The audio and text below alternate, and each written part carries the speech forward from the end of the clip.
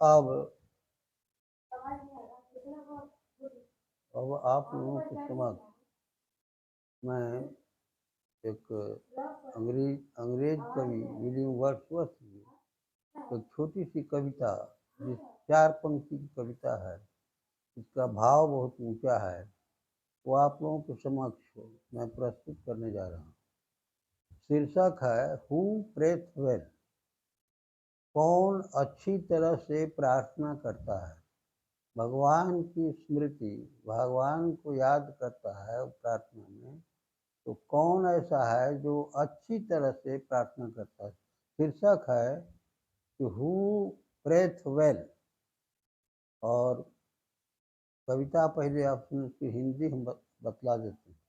Who prayeth well, he prayeth well who loveth well, he prayeth best who loveth best, all things both great and small, for the dear God he made and loveth all।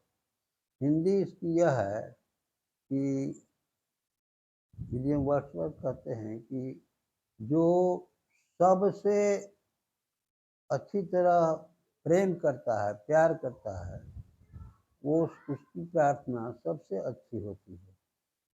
और सबसे अधिक, सबसे बढ़िया जो उस प्रार्थना उसी की अच्छी होती है जो सबसे अच्छी तरह से सबसे प्रेम करता है, क्योंकि सबको परमात्मा ने बनाया है।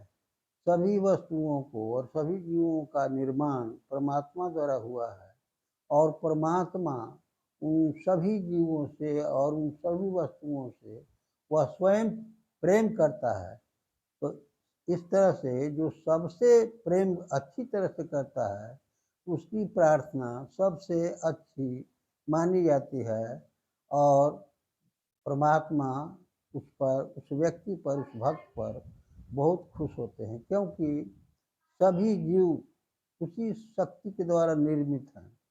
For the dear God he made and loveth all. उसने सभी को बनाया है, he made and loveth all, और वह अपने निर्मित सभी जीवों से, सभी वस्तुओं से वह स्वयं प्यार करता है, प्रेम करता है।